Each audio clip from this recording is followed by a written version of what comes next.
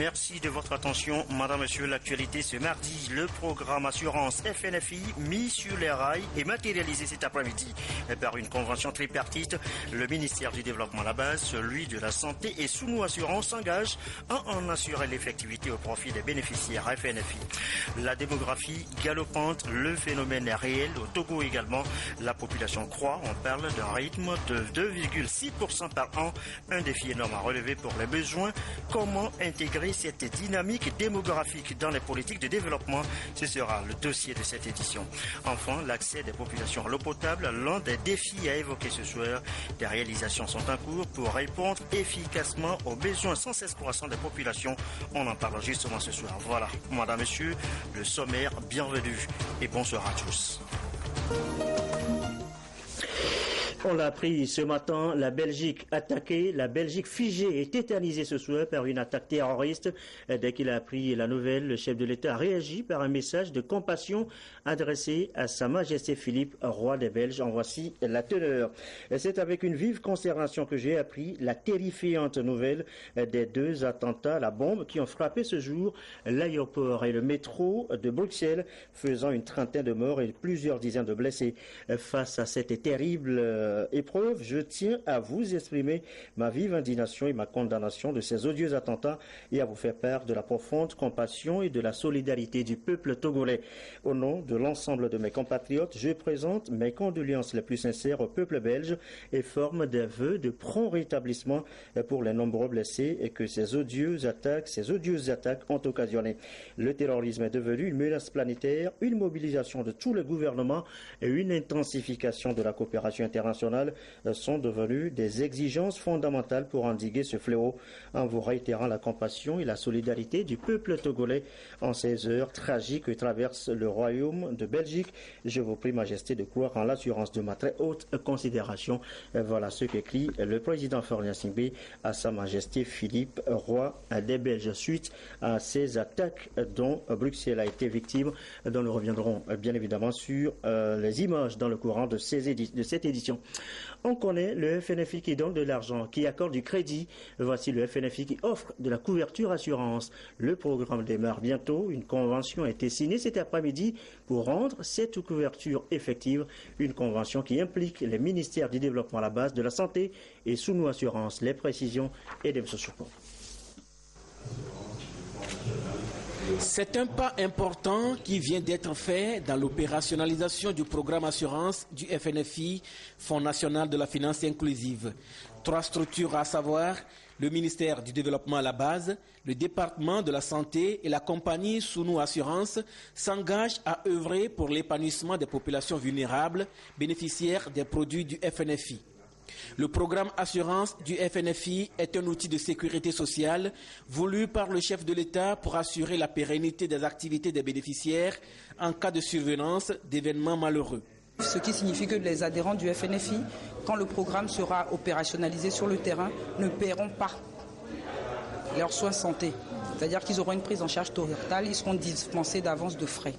Donc cette convention permettra à tous nos bénéficiaires d'avoir accès pleinement à une solution et une réponse financière à leurs problèmes de santé.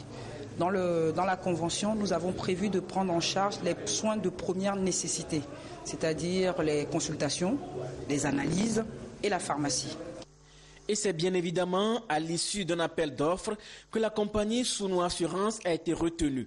Elle offrira un package de prestations en qualité de porteur financier du risque potentiel. Dans ce package d'assurance, nous comptons offrir 3 types de garanties. Une garantie décès accidentel qui nous permet, en cas de décès accidentel du bénéficiaire, de solder le prêt. Nous avons l'assurance santé. Nous couvrons les frais de santé du bénéficiaire jusqu'à un certain plafond. Et en 3e lieu, l'assurance incendie qui couvre le lieu de travail et le matériel de travail. Les soins seront administrés aux patients selon un tableau qui sera mis à la disposition des différents centres de santé à caractère public. Et l'engagement du ministère de la Santé est sans équivoque. Les agents de santé doivent s'efforcer d'être modestes et prendre en compte le fait que c'est un domaine tentaculaire et qu'à la limite, tout citoyen est à la fois acteur et bénéficiaire de la santé. Et dire que tout ce qui est fait dans ce cadre-là, nous considérons cela comme partie intégrante de la santé.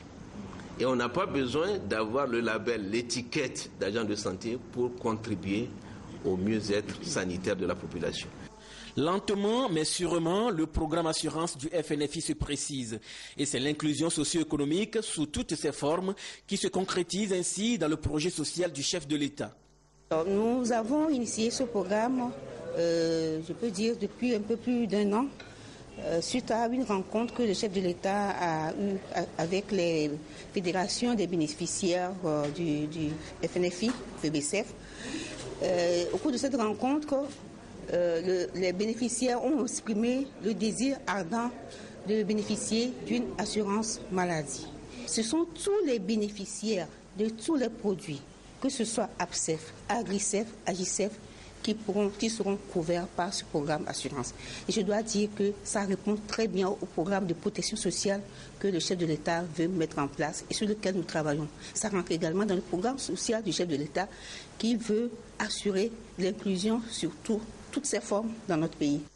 La signature ce jour des accords de partenariat balise donc la voie aux campagnes de sensibilisation sur le terrain des différents acteurs impliqués dans la mise en œuvre du programme assurance du FNFI. Et voilà donc pour l'accès bientôt à cette couverture assurance FNFI. L'accès au crédit aux entreprises maintenant. Comment faciliter le processus? C'est là une préoccupation pour le directeur général des banques et institutions financières de la place. La rencontre a lieu depuis ce matin avec les responsables de la BCEAO. Que faut-il attendre des échanges? On va en savoir un peu plus avec Esther Laffiche. L'un des freins à l'éclosion des entreprises togolaises est la difficulté d'accès au crédit. Les procédures pour en bénéficier sont souvent très complexes, ce qui contraint très souvent ces entreprises à s'essouffler en quelques mois. Et comme solution à cette situation, l'Assemblée nationale togolaise a adopté la loi portant réglementation des bureaux d'information sur les crédits le 1er mars dernier. Lorsque la loi sera promulguée, les banques vont approcher leurs clients pour recueillir leur consentement. Et avec ce consentement, les banques vont pouvoir fournir à ce bureau les informations sur le comportement de crédit de leurs clients. Ce bureau traite cette information et désormais, lorsqu'un client demande un financement, on s'adresse à ce bureau qui restitue un rapport sur le comportement de crédit de ce client, non seulement dans cette banque, mais dans les autres banques, ce qui permet de se rendre compte qu'il s'agit d'un client de bonne moralité, qui tient ses engagements, et cela va faciliter l'étude du dossier. Le titre foncier, document attestant qu'un individu est détenteur d'un domaine bâti ou non, est très souvent exigé comme garantie par les banques et établissements de crédit. La problématique est au cœur de cette rencontre entre les responsables de la BCEAO et les directeurs généraux des banques et établissements financiers du Togo. Les banques, avant d'octroyer des crédits, s'assurent que les crédits sont assis sur des garanties solides. Et la garantie la plus solide aujourd'hui, c'est le titre foncier. Or, il se trouve que les titres fonciers, comme disent les DG de banque, sont souvent établis dans des délais très longs.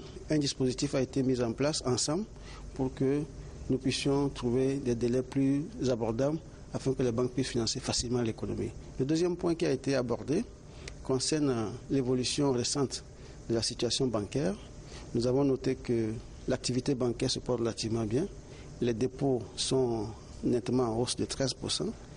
Fin 2015, l'accroissement de l'activité bancaire a conduit à un résultat net de 11 milliards de francs CFA, en hausse de 169% sur un an. Malgré ces efforts, beaucoup de défis restent à relever. Difficultés explorées et partagées au cours de ces échanges. De grands chantiers ont été engagés par la BCEAO pour renforcer la solidité du système bancaire et faciliter ainsi l'accès au financement. Autre sujet évoqué ce soir, nous l'annoncions en titre tout à l'heure, la dynamique démographique. Comment en faire un facteur de développement et l'intégrer dans les politiques? On en parle dans un instant, mais d'abord, les recettes. Elles sont proposées dans un document, un guide. Il fait l'objet depuis ce matin d'une rencontre de dissémination à Lomé. Chassim Labaga. Avec un taux de croissance de 2,6% par an, la démographie galopante est une réalité au Togo. Elle constitue un défi mais également une opportunité pour le gouvernement si elle est prise en compte de manière efficiente dans les différentes politiques publiques nationales et locales. L'élaboration du guide d'intégration de la dynamique démographique dans la planification nationale se présente donc comme un outil de référence pour l'évaluation et la prise en compte des questions de population dans les actions de développement. Nous avons affaire des couches de population qui ne sont pas prises en compte dans la planification nationale et dans les politiques sectorielles. Des fois, il y a des politiques sectorielles, par exemple de la population, qui date de 1998. On n'a pas encore pensé en ce moment aux dynamiques démographiques. Donc, il faut maintenant un document qui apprend et qui accompagne les planificateurs pour faire face à l'évolution de la population et aux besoins de la population. Et systématiquement, comment intégrer cet aspect dans le travail du quotidien. Le document élaboré fait l'objet de vulgarisation auprès des planificateurs et des acteurs de développement au niveau national et local. La rencontre va permettre également de présenter 3 études prospectives dans le domaine de l'emploi des jeunes, la gouvernance et l'agriculture. Nous remercions la GIZ de nous avoir permis d'élaborer cet outil très important qui permettra aussi aux planificateurs de pouvoir intégrer les données socio-démographiques dans les politiques et programmes de développement. Le représentant du ministre de la Planification du Développement a relevé les efforts du gouvernement en matière de population, dont entre autres le 4e recensement général de la population de l'habitat et l'enquête QUIB. Il a insisté sur la mise en place d'une cellule de veille démographique centrée sur le bien-être des populations. Et ce n'est donc un secret pour personne. Les maternités connaissent d'intenses activités avec les naissances ici et là. La population togolaise croît à un rythme exponentiel. On parle d'un peu plus de 2% par an, ce qui veut dire qu'il y a des défis énormes à relever. Comment transformer donc cette croissance en facteur de développement? L'adéquation, dynamique démographique, développement avec les politiques, c'est le dossier de cette édition, dossier signé Chassim Labaga.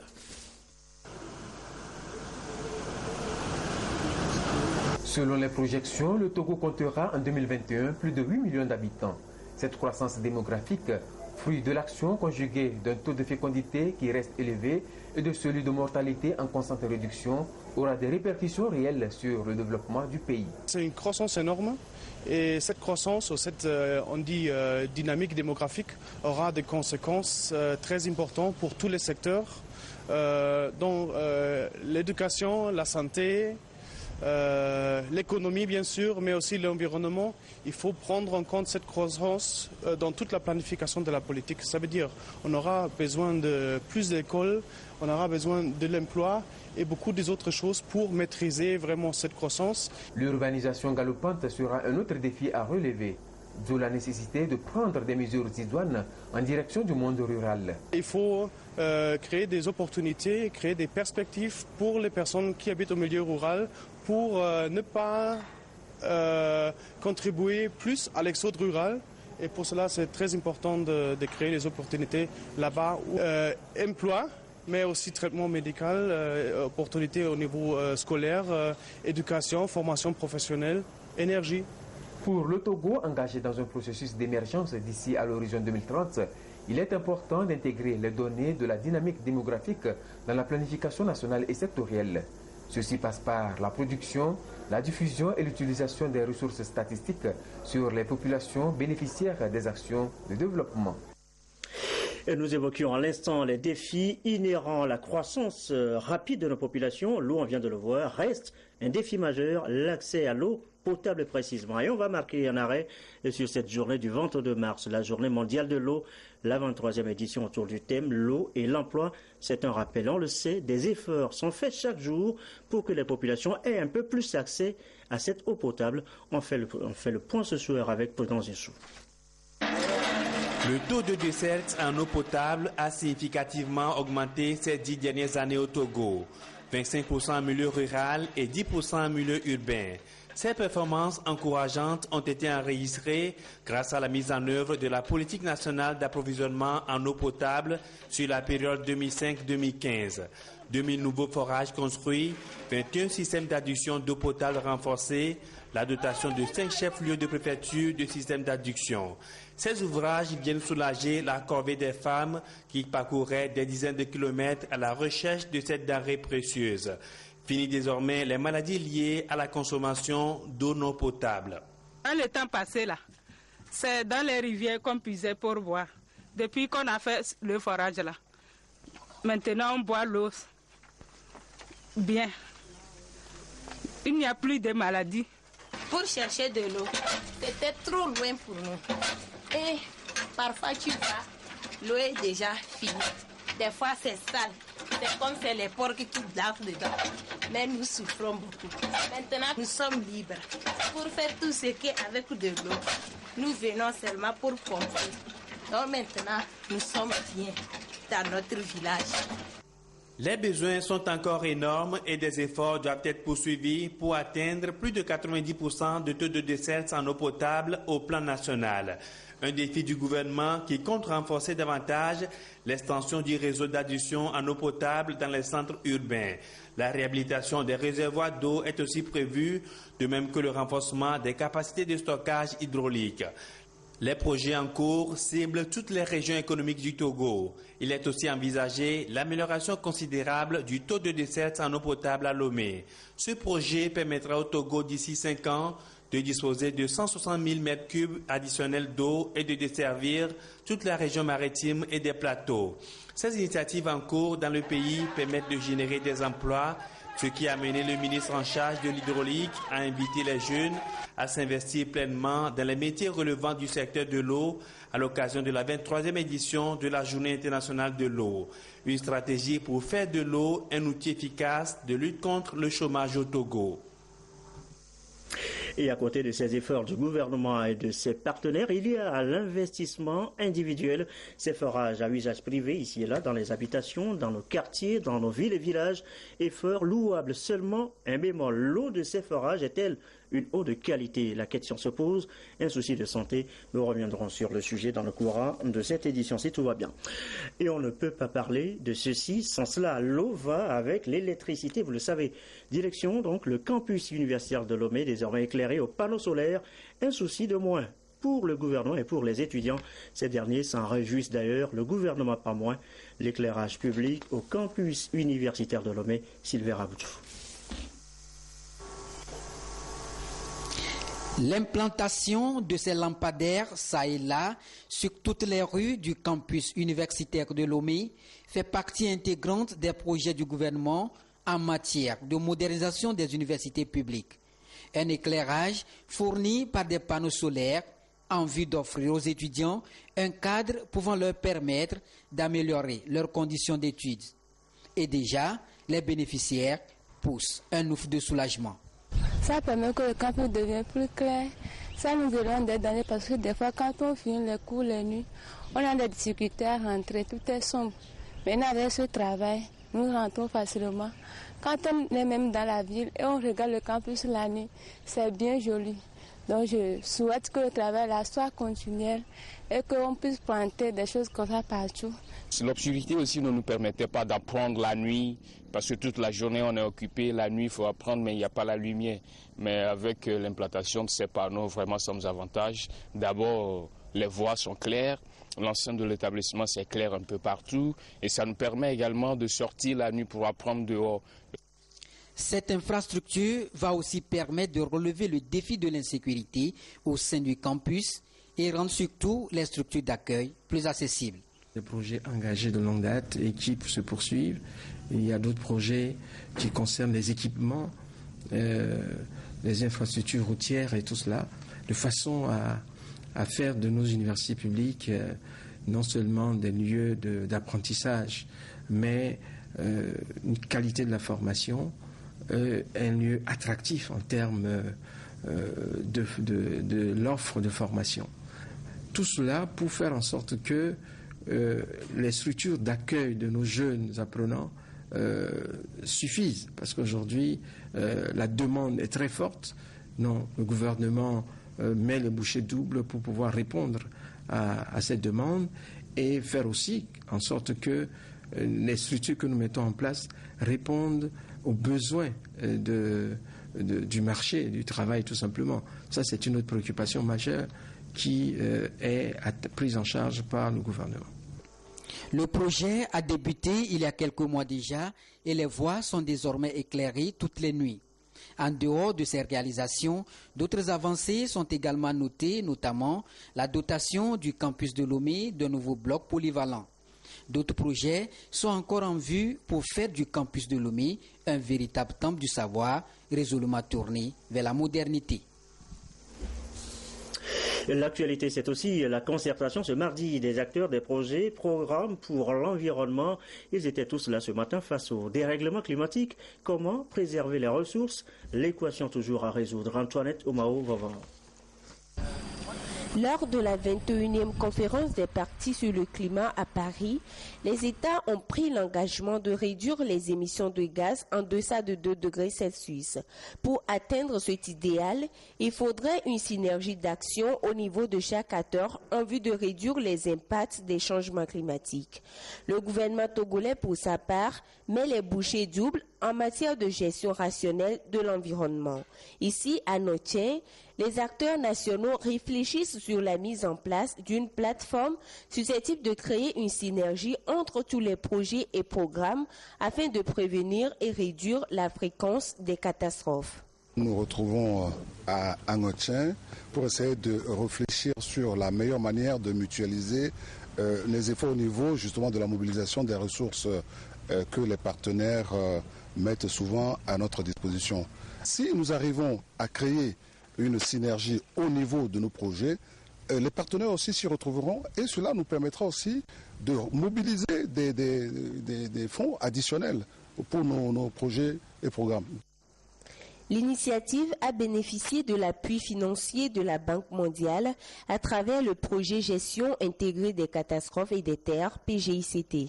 Les ressources concessionnelles que les partenaires techniques et financiers apportent au gouvernement. Ce sont des ressources concessionnelles mais qui sont assez limitées. Et donc pour vraiment assurer d'avoir le maximum de ces ressources, les collègues aujourd'hui qui vont réfléchir à comment mieux coordonner ces activités. La capitalisation des résultats de chaque acteur reste un défi à relever afin de susciter des valeurs ajoutées pour chaque projet et programme en matière de gestion durable des terres et la réduction des risques de catastrophes. Je vous l'annonçais tout à l'heure, les efforts en matière d'eau pour le gouvernement. À côté de ces efforts du gouvernement et de ses partenaires, disais-je, il y a l'investissement individuel, ces forages à usage privé ici et là dans les habitations, dans nos quartiers, dans nos villes et villages. Effort louable, seulement un bémol, l'eau de ces forages est-elle une eau de qualité? La question se pose, un souci de santé. Voyons cela avec Aimé Abab. L'expansion de la ville de Lomé pose des problèmes d'infrastructure. L'eau potable fait partie des défis. Dans les périphéries, les populations font alors recours aux forages pour s'en procurer. Mais les promoteurs de ces forages privés oublient souvent l'essentiel, le contrôle de l'eau avant sa consommation.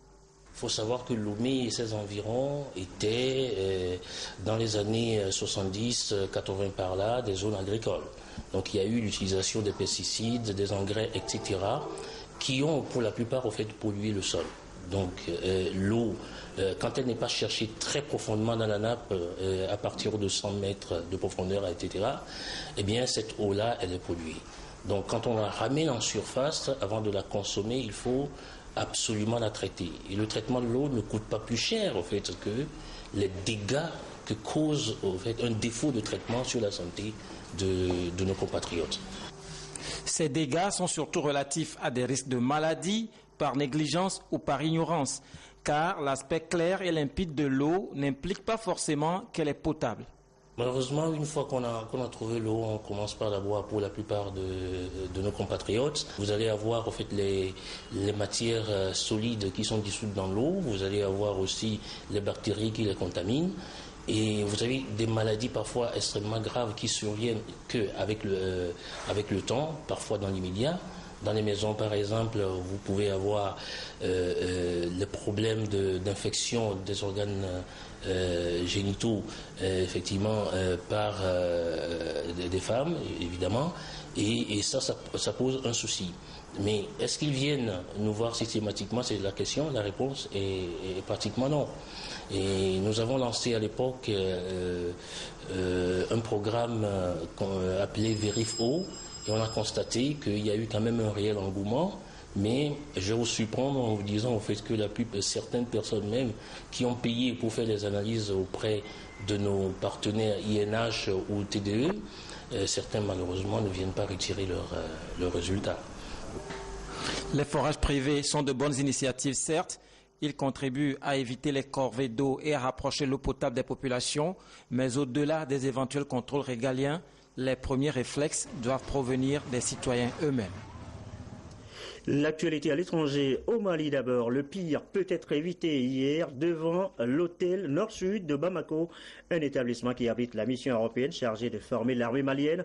Hier, en fin de journée, des hommes armés ont tenté de forcer le checkpoint qui menait au QG militaire. Des échanges de tirs ont duré plus d'une heure. Si on peut avoir les images, bilan, un assaillant tué, 2 arrêtés, 1 en fuite. Le pays reste en alerte. Rapidement arrivés sur place, des policiers maliens, des gendarmes français, des soldats de la MINUSMA, la mission de l'ONU, inspectent les environs de l'hôtel où s'est déroulée l'attaque. Un drone est utilisé. Les assaillants ont visé cet établissement, le Nord-Sud, situé dans le quartier d'affaires de Bamako, un quartier où avait eu lieu en novembre l'attentat djihadiste contre le Radisson Blu, faisant 22 morts. L'hôtel Nord-Sud abrite le quartier général de l'EUTM, la mission militaire de l'Union européenne, chargée d'entraîner les soldats maliens. Des témoins parlent de tirs nourris échangés devant le bâtiment. Bon, à distance, j'ai entendu des coups de feu, des crépitements de balles partout. Donc je voyais des gens qui fuyaient, bon, je ne comprenais rien, quoi. Les forces sont arrivées vite, ils sont arrivés vite sur le lieu. Les assaillants auraient franchi un premier point de contrôle et c'est lorsqu'ils seraient entrés dans la rue menant à l'hôtel Nord-Sud qu'ils ont été repoussés. L'hôtel Nord-Sud a essuyé des coups de feu. Les militaires de l'UTM qui sont là-dedans et les éléments de garde qui assurent la protection du bâtiment ont immédiatement riposté. Un assaillant a été abattu et 2 suspects ont été interpellés selon le ministre malien de la Sécurité intérieure.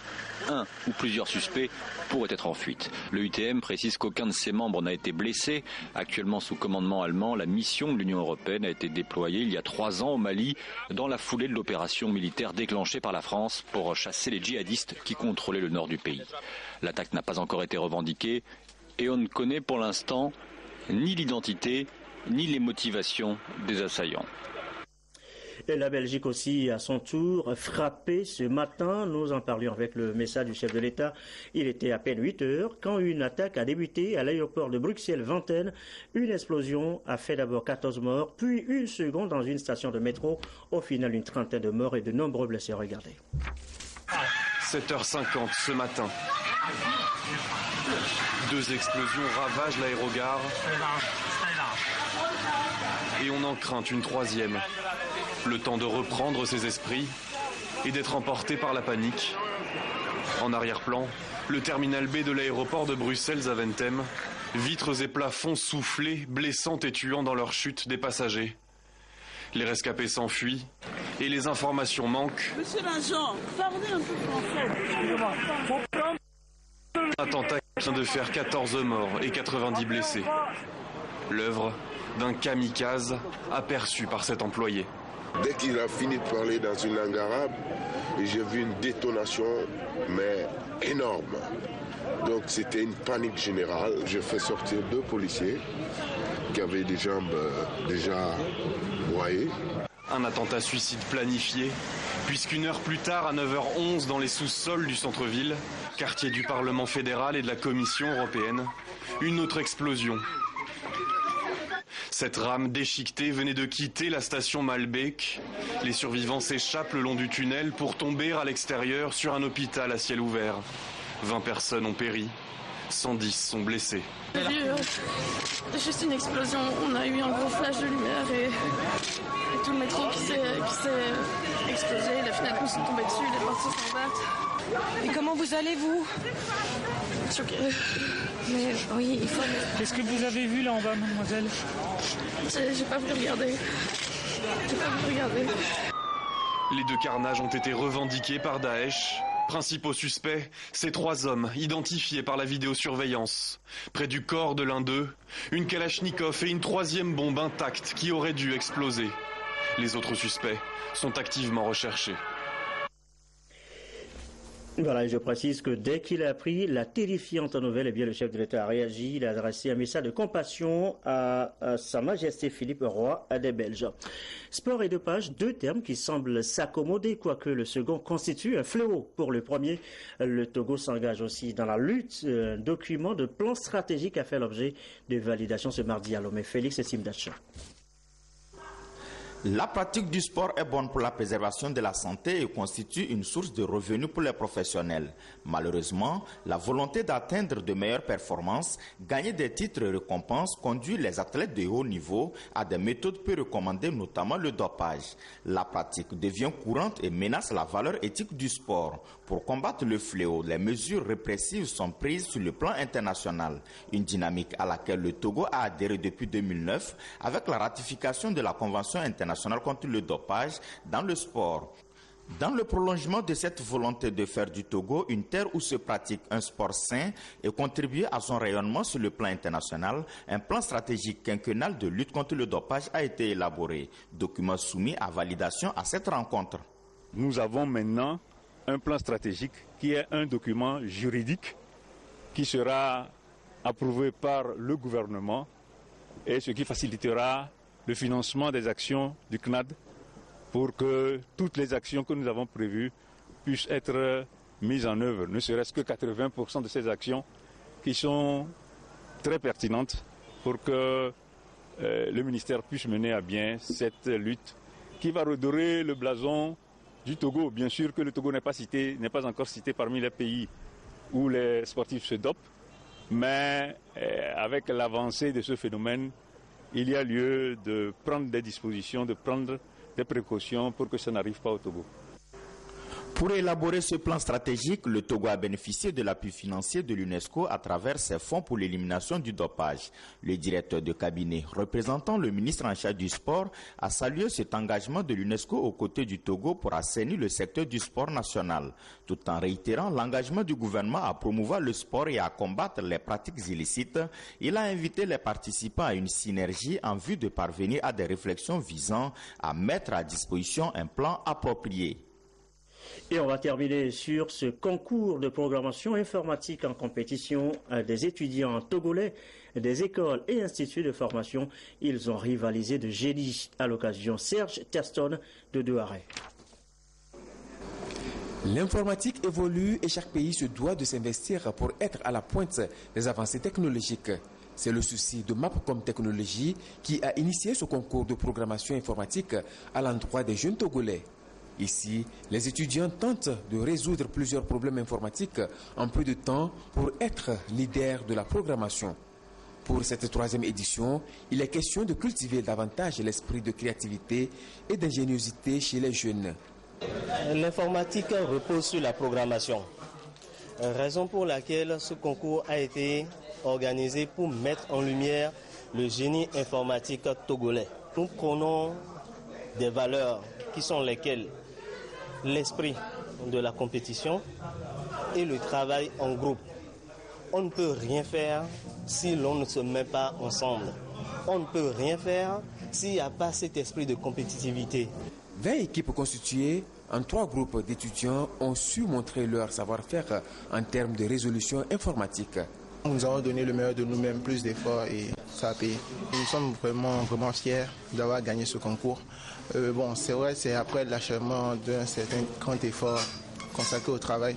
Les lauréats de cette phase vont poursuivre la compétition avec la phase régionale qui regroupera l'Afrique du Sud, le Bénin, le Burkina Faso, le Nigeria et le Togo.